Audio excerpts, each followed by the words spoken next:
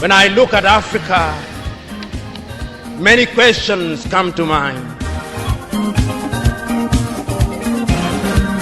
Many times I ask myself, what would happen if Mwalimu were to rise up and see what is happening?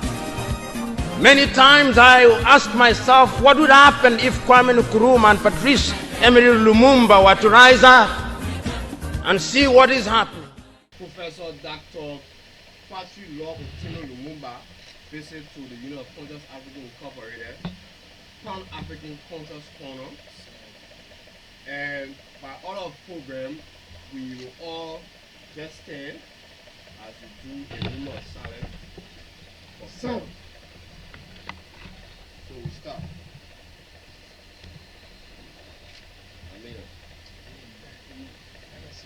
Quickly, we will take the Secretary General of this center to do our welcome statement. Quickly. Well, I'm very humble, grateful, and I don't know which other adjective to adjoin because it's very difficult to talk to people who are great speakers. But I think I have a new spirit of Africa with me now to stand and say a big welcome to our professor. Professor, this is Union of Conscious Africans Incorporated, an organization squarely for the young people, and it will be doing everything to ensure that the young people of Africa, not only Liberia, as the name denotes, that we move on. And I think your speech or speeches have become a model that we've always been following. And so I must say I'm very much grateful. On behalf of my executive director, you are most welcome. Thank you very much. Thank you.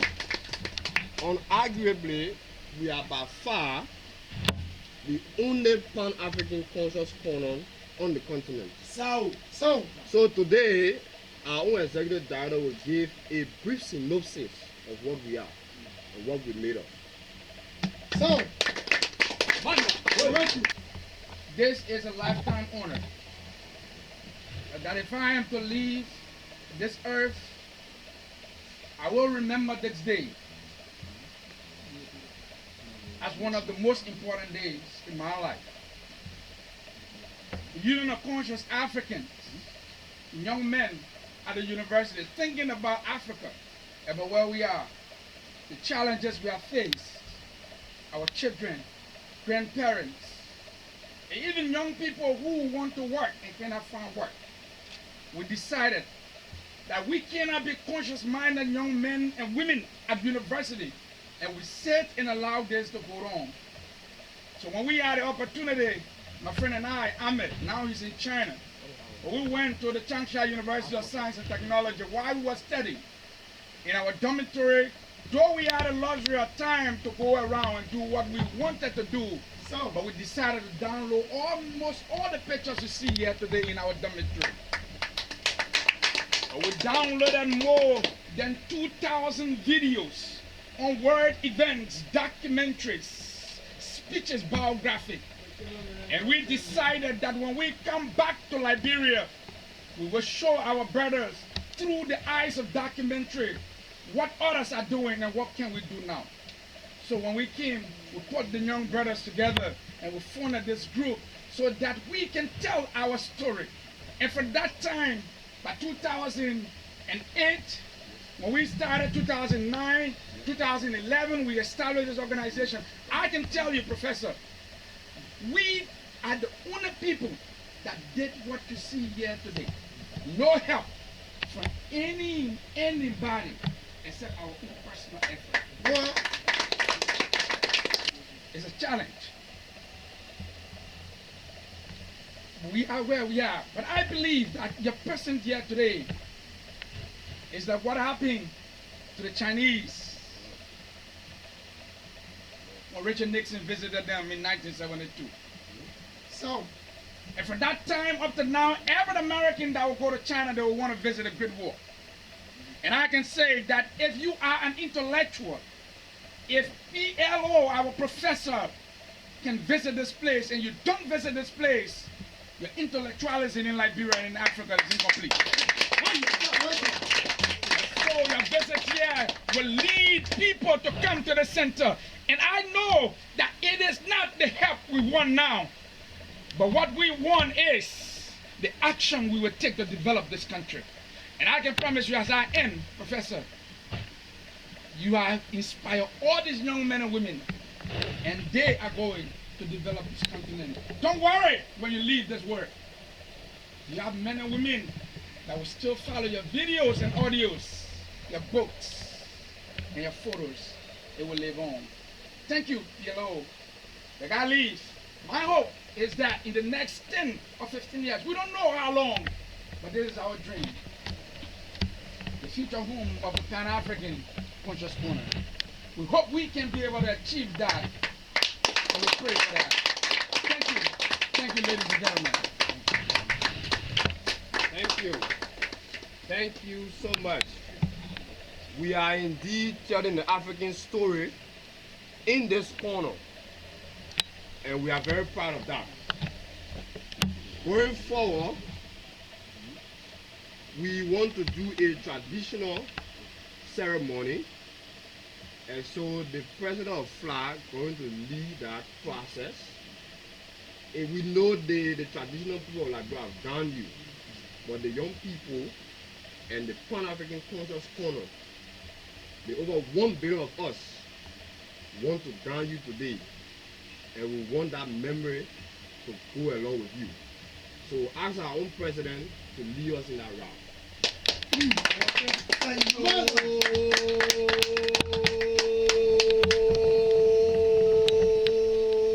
Oh, he is a true ambassador. Zayu. Zayu. Durumao, Durumao, Durumao, Durumao, Durumao, Durumao, Durumao. Africans should discuss African issues. Durumao. Durumao. Ziado, Ziado, Ziado, Ziado. He remain our leader. Ziado. Ziado. But thank you, comrades, and let me say thank you for welcoming us at this center. What we all have demonstrated since the arrival of Professor PLO Lumumba to Liberia has sent a different signal, not only to Liberia, but to the continent at large. Probably, Professor, this, if not, will be the first warm reception that probably he's receiving around the continent.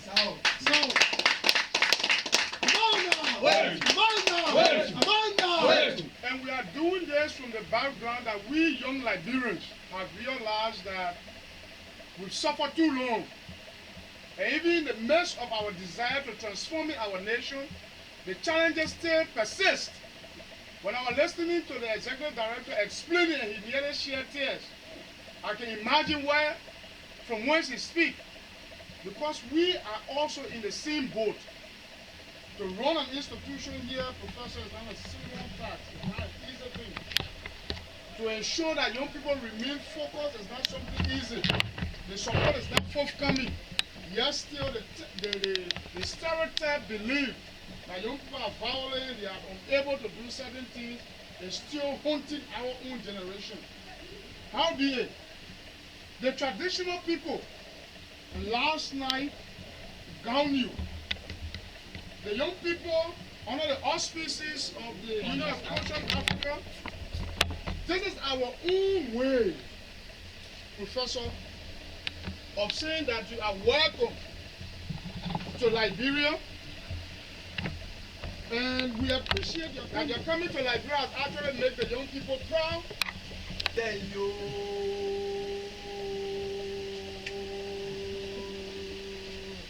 Thank you for accepting the Zayu. So we just want to appreciate you ever so long for being here. So thank you. Emery Lumumba were to rise up and see what is happening. Because what they would be confronted with is an Africa where the Democratic Republic of Congo is unsettled. There is a war going on there, but it is not on the front pages of our newspapers, because we don't even control our newspapers and the media. As I speak to you, the Central African Republic is at war, but we talk of it only mutedly. As I speak to you now, in South Sudan, the youngest nation in Africa. Thank you very much for inviting me. First of all, permit me to say how glad I am. I've visited many African countries in the last 4 years, but Liberia has been distinctly different in terms of the warmth, and I can tell you that I'm re-energized. I now have faith that indeed Africa can be made great. I have no doubt that we will work together. I will be going to the African Union on the 5th day of June, hopefully to meet the president or the chairman of the African Union Commission. And my desire and my agenda is to allow them to have an opportunity to work with young people such as yourselves. You can rest assured that I've mentioned your organization. You can rest assured that I'll continue to work with my foundation. I've had a foundation for the last 20 years. And what I'm doing in the next 1 month is to start a Pan-African mentoring program. Yes. I'll work with you. I'll work with you because I'm convinced, as I've said times without number, if Africa is to be great, our young men and women must be in the forefront of the struggle so that we are truly free. It's not an occasion for making speeches. We will have occasion to do that. But God bless you and continue in the faith. God bless you. Intimated in our presentation here is an African which is suffering from schizophrenia. He does not know herself. They would be confronted with an African whose young men and women have no interest and low love for their continent. They would be confronted with an Africa where young men and young women are constantly humiliated at the embassies of European countries and at the United States of America as they seek the almighty green card. They would be confronted with an Africa where young men and women from Niger, Nigeria, Senegal, Mali, and Mauritania drown in the Mediterranean as they seek to be enslaved in Europe. This time round, Africans are not wailing and kicking as they are being taken away to be enslaved. They are being seen wailing and kicking as they seek to be enslaved in Europe and America. This is the tragedy of Africa. They'll be confronted with an African where people have lost their self-pride. An Africa where Africans are not proud of their things. An Africa where in the hotels of Dar es Salaam or Nairobi, even food has foreign names. When we fry potatoes, we call them French fries, even when they are fried in Dar es Salaam. That is the Africa that they would be confronted with. They would be confronted with another Africa. An Africa which does not tell her story. An Africa whose story is told by Europe and America, the CNN, Radio Deutsche Welle, Radio France. That is the Africa they would be confronted with. They would be confronted with the young men and women who have no pride in Africa. When they want to enjoy themselves, they sing the praises of football teams from Europe and America. It is Manchester United. It is Arsenal. It is Real Madrid and Barcelona, not Yanga, not Mufulira Wanderers, not Gor Mahia, not FC Leopards. No. That is the Africa that they would be confronted with. They would be confronted with an Africa which does not enjoy the theater and drama. That Africa celebrates Leonardo DiCaprio. It celebrates Angelina Jolie and Brad Pitt. The Africa does not celebrate Genevieve Naji of Nigeria, or Rita Dominic, or Lou Jacobs of Nigeria. It does not celebrate Bongowood or Nollywood or Riverwood. It celebrates Hollywood. That is the Africa with which they would be confronted. They would be confronted with African women whose greatest source of joy is cheap grade B Mexican soap opera, La Patrona, La Mujer de mi Vida, The Rich Also Cry. Why must we remind ourselves of these realities? Because throughout the ages, the battle has always been the battle of the mind. And if your mind is conquered, then you are going nowhere. And that is why in the ages of enlightenment in Europe, the great René Descartes said, cogito ergo sum, I think, therefore I am. And therefore, if Africans are to begin to make a contribution in their affairs, Africans must begin to think. But the question is, are we thinking? We have universities in their numbers. Tanzania has universities including Dar es Salaam. Nairobi has universities, as indeed Kampala, as indeed South Africa, Johannesburg. We have all these universities. We have engineers. But our roads are not being made by Tanzanian civil engineers. It is the Chinese who are present in this assembly.